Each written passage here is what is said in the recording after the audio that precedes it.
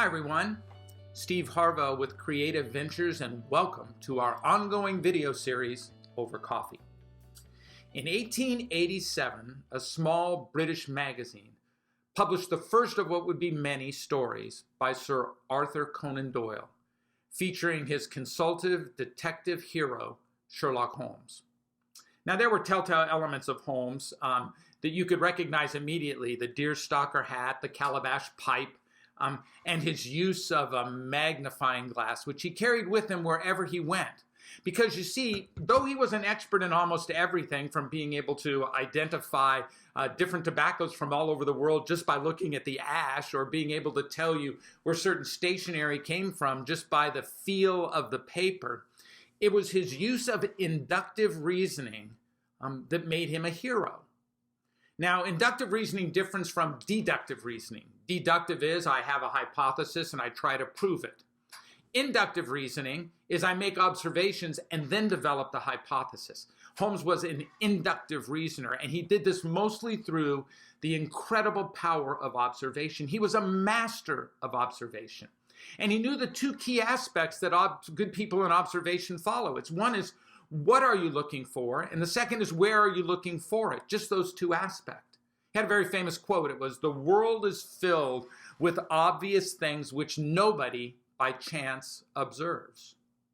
Now, Judd and Mora own a series of outdoor clothing stores. They have 3 of them in their current chain, and they'll add 2 more in 2022.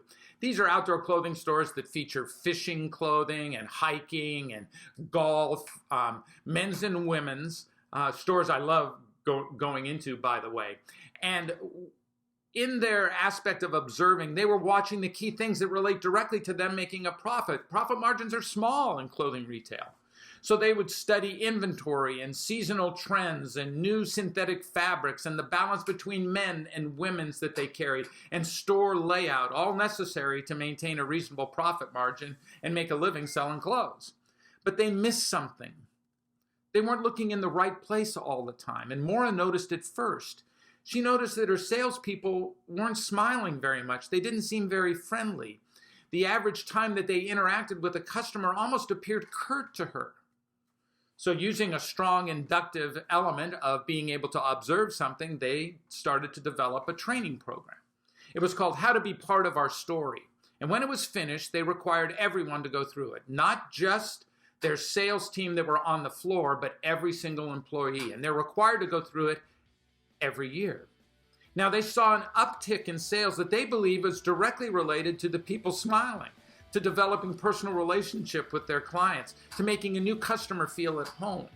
All of those things fell within the context of what they saw, what they observed, what they paid attention to. Now, there's a lot of algorithms out there that'll tell you all kinds of things about client interactions, but to be able to watch it, to be able to see it, observe it, and then have a connected action, well, that's what creates success. After all, if you take a look at most sales, it's really quite elementary. It's simply about the interaction of people. Thanks for listening. Look forward to seeing you next month as we launch a new idea in our Over Coffee series.